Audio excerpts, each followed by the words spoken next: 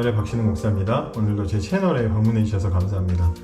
정말 오랜만에 영상을 촬영하는 것 같습니다. 촬영됐던 영상을 업로드한 건 최근에도 있었는데 이렇게 영상을 작정하고 찍는 것은 굉장히 오랜만인 것 같습니다. 잘 지내셨죠? 이제 굉장히 그 사이에 날씨가 더워졌습니다. 지금 이 5층 우리 비터뷰 사실도 평소에 찍었을 때랑 지금 느낌을 보면 굉장히 많이 덥고요. 날씨가 더워졌는데 더운 날씨 속에서도 건강 잘 지키시고 그리고 또 구역 예배 또 모임들 즐겁게 잘 이렇게 하셨으면 좋겠습니다. 벌써 25가입니다. 25가 뭐 중간중간에 좀 뛰어넘어간 부분들도 있는데 25가 차례입니다. 다시 오실 주님. 오늘은 데살로니가 전서 5장 말씀입니다. 함께 같이 은혜를 나누겠습니다. 오늘은 구역 공과상으로는 5장 1절부터 11절까지 되어 있는데 저는 오늘 6절까지의 말씀을 가지고 은혜를 나누어 보도록 하겠습니다. 바울은 데살로니가 교인들에게 4장 13절부터 5장 11절까지 예수님이 다시 오시는 재림에 대한 이야기를 가르칩니다. 4장에서는 개인의 종말에 대해서 다루었다면 5장에서는 온 세상의 역사적인 종말, 정말 그 마지막 날 예수님이 다시 오시는 그 종말을 다루고 있습니다. 특히 이 5장을 보면서 위로가 된 부분이 있는데 그것은 뭐냐면 우리가 보통 주님이 다시 오신다, 재림, 종말 이렇게 하면 심판이 먼저 떠오르고 그것은 어떻게 보면 두려움의 대상이 되는데 그런데 이 바울의 데살로니가 전서 5장 1절부터 이야기하는 그 종말에 대한 그 뉘앙스, 종말을 대하는 어떤 그 신자의 태도는 두려워할 것이 아니라 공포의 대상이 아니라 우리에게 예수님의 사랑을 그 은혜를 우리의 죄를 대속하신 예수님을 믿는 신자들에게는 두려운 날이 아니라 우리가 기쁨으로 맞이하는 그런 날, 구원이 완성되는 기쁨의 날로서 받아들이게 된다는 것을 이야기하고요. 또 오늘 설교에서는 그렇게 오늘 이 내용은 저 그렇게 해석을 하진 않았지만 해석을 또 어떻게 하다 보면 주님이 다시 오시는 그 날은 갑작스러운 날이라고 물론 도적같이 이렇게 되어 있지만 갑작스러운 날로서만 걱정하고 받아들일 것이 아니라 우리 신자들에게는 이미 알려지고 늘 준비되어 있는 우리들에게는 자연스럽게 다가오는 날로서 바라볼 수 있도록 그렇게 생각하는 그런 생각의 전환도 말씀을 잘 보다 보면 일어날 수가 있습니다. 그래서 오늘 본문의 내용이 그렇다는 것을 재림에 대한 부분이라는 것을 말씀드리고 싶고요. 말씀이 이렇게 보면서 어떤 생각이 들었냐면 얼마 전에 TV에서 다큐멘터리 하나를 잠깐 보았는데요. 천주교의 어떤 수도원을 소개하는 다큐멘터리였습니다. 카르투시오 봉쇄수도원이라는 우리나라에 있는 수도원인데요. 봉쇄수사로 그곳에 이제 들어가게 되면 정해진 기간 동안 세상의 모든 것과 접촉하지 않고 사람뿐만 아니라 미디어까지도 접촉하지 않고 그 안에 있는 수도사들끼리도 서로 최소한의 접촉을 하면서 오직 기도와 말씀 연구만 하는 그런 수도사들에 대한 이야기였습니다. 굉장히 독특하잖아요. 그래서 이제 그걸 좀 봤는데 종신서약을 하는 사람의 경우에는 부모님이 돌아가셔도 나갈 수가 없고 오직 수도원 안에서만 생활을 해야 되는 그런 부분도 있다고 합니다.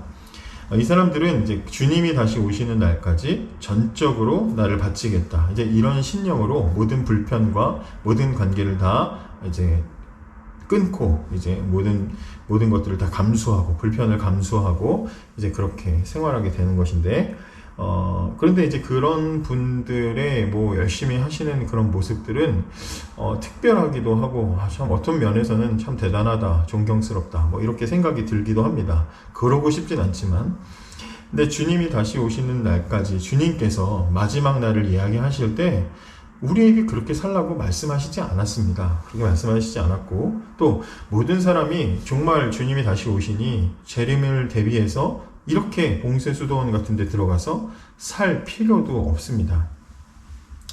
그렇게 할 수도 없고요. 그래서 오늘 본문을 통해서 과연 우리 성경이 마지막 날 주님이 재림하실 때를 어떻게 말하고 있는지 또 우리는 어떻게 준비해야 되는지를 간단하게 살펴보도록 하겠습니다. 오늘 본문에서는 재림에 대한 주님의 말씀을 세 가지 정도로 볼 수가 있습니다. 첫째, 재림의 시기는 하나님만 아신다라고 말합니다. 2절에 보시면 주의 날이 밤에 도적같이 이를 줄을 너희 자신이 자세히 알미라 이렇게 말했습니다. 데살로니가 성도들은 주님의 재림의 날에 대해 많은 관심을 가지고 있었던 것 같습니다. 그들은 바울에게 주님이 언제 오시는가를 아마 물었었던 것 같아요. 그런데 바울이 이에 대해서 형제들아, 1절에 형제들아 때와 시기에 관하여는 너희에게 쓸 것이 없음은 이렇게 말했습니다. 그러니까 주님의 재림의 때와 시기에 관해서는 할 말이 없을 뿐더러 여러분들이 그것 가지고 관심 가질 필요가 없습니다. 이렇게 말합니다. 재림의 날짜에 대한 것은 가르치는 사도가 가르치는 가르침의 범위를 벗어났다라고 말한 것이고 이미 데살로니가의 바울이 3주 사역하는 동안 섬기는 동안 그들에게 이야기했던 부분이었던 것 같습니다. 데살로니가 성도들은 아마 복음을 바울에게 듣고 접한 뒤에 주님이 금방이라도 오실 것이라고 생각했던 것 같습니다. 재림은 금방 일어날 것이다. 아마 그 당시에 많은 사도들이 그렇게 생각을 했던 것 같은데 그러다 보니까 주님이 금방 오신다고 하니까 일상생활이 혼란에 빠지게 될 수 있는 거죠. 주님이 금방 오신다는데 일을 해서 뭐하고 공부해서 뭐하냐 뭐 이러면서 뭘 해야 되냐 우왕좌왕하는 그런 상황이었던 것 같습니다. 바울은 이런 혼란한 상황을 알고 혼란한 상황을 벗어나서 여러분들이 빨리 다시 일상생활로 돌아가십시오. 여러분들이 일상생활을 살아가는 것이 중요합니다. 이제 그렇게 말했던 것 같습니다. 그래서 그런 의미로 때와 시기에 관하여서는 내가 쓸 것이 없습니다. 이렇게 말한 것입니다. 재림의 시기를 아는 것보다 중요한 것은 그날을 맞이할 준비를 잘 하는 것이기 때문입니다. 그래서 바울은 데살로니가 있을 때도 성도들에게 가르쳤던 주님의 날이 도적같이 이른다 이 말을 다시 언급하면서 주님의 재림은 사람들이 예기치 못한 때 준비 없이 살아가던 바로 그때 닥쳐올 수 있다고 강조를 하는 겁니다. 그렇습니다. 주님이 다시 언제 오실지 그 날짜를 아는 것보다 중요한 것은 준비를 하고 있는 것입니다. 언제든지 오셔도 맞이할 준비가 되어 있는 게 중요합니다. 늘 준비가 되어 있으면 그날이 바로 오늘이라고 할지라도 전혀 두려움 없이 맞이할 수가 있는 것입니다. 사도행전 1장에 보면 부활하신 주님께 제자들이 묻지요. 이스라엘 나라를 회복하심이 이때니까 라고 물으실 때 우리 주님이 그래 이때다 아니다 몇 년 뒤다 이렇게 말씀하지 않으시고 뭐라 그럽니까? 때와 기한은 너희의 알 바 아니요 분명히 그러셨어요. 그리고 오직 성령이 임하시면 너희가 권능을 얻고 증인이 되고 땅끝까지 이를 것이다 이렇게 말씀하시지 않았습니까? 그렇습니다. 우리에게 있어서 중요한 것은 재림의 날짜가 아니라 재림하실 주님이 우리에게 맡기신 그 사명을 충성스럽게 오늘도 감당하면서 그날을 준비하는 것이 중요하다는 것이죠. 두 번째로 오늘 말씀을 통해서 알 수 있는 것은 재림의 날엔 환난과 징조가 있을 거라는 사실입니다. 3절에 보시면 저희가 평안하다 안전하다 할 그때에 잉태된 여자에게 해산의 고통이 이름과 같이 멸망이 호련히 저희에게 이르리니 결단코 피하지 못하리라 이렇게 말합니다. 성경은 곳곳에서 분명하게 재림의 날이 다가올 때 여러 가지 징조들이 있을 것이라고 말해줍니다. 마태복음 24장 3절부터 보시면 재림의 날에 대한 제자들의 질문과 예수님의 대답이 소개되어 있습니다. 마태복음 24장 3절부터 14절을 꼭 한번 읽어보시기 바랍니다. 여기 보시면 여러 말씀이 있지만 6절에도 난리와 난리 소문을 듣겠으나 너희는 삼가 두려워 말라 이런 일이 있어야 하되 끝은 아직 아니니라. 그리고 11절에도 거짓 선지자가 많이 일어나 많은 사람을 미혹하게 할 것이다. 그리고 13절에 보면 그러나 끝까지 견디는 자는 구원을 얻으리라.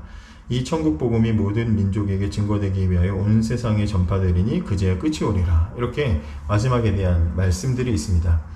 근데 여러 가지 논란들, 여러 가지 징조들이 있을 때에도 믿지 않는 사람들은 성경의 경고를 받아들이지 않고 평안하고 안전하다는 착각 속에 빠져서 살아가게 됩니다.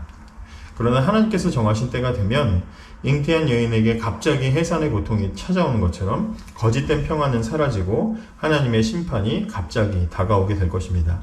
잉태한 여인이 해산을 피할 수 없는 것처럼 아무리 거짓 평안과 순간의 기쁨으로 눈을 가리고 있어도 하나님의 심판은 피할 수 없다는 것이 성경이 우리에게 말해주는 두 번째 사실입니다. 세 번째로 오늘 성경은 우리는 항상 깨어 있어야 한다라고 말해주고 있습니다. 성경은 우리가 항상 깨어 있어야 된다고 가르칩니다. 6절입니다. 그러므로 우리는 다른 이들과 같이 자지 말고 오직 깨어 근신할지라 이렇게 말합니다. 이미 인간의 역사 속에 하나님은 심판의 모형을 몇 번이나 보여주셨습니다. 노아 시대에 일어난 홍수, 소돔과 고모라의 멸망 같은 것을 통해서 죄에 대해서 하나님이 심판하시는데 그 심판이 얼마나 확실하며 얼마나 무섭게 쏟아지는지를 우리는 다 알고 있습니다. 성경은 곳곳에서 심판을 경고하고 있습니다. 아직까지 심판이 일어나지 않은 이유는 딱 하나, 마지막 한 영혼에게까지 기회를 더 주시고 계시는 하나님의 사랑 때문입니다.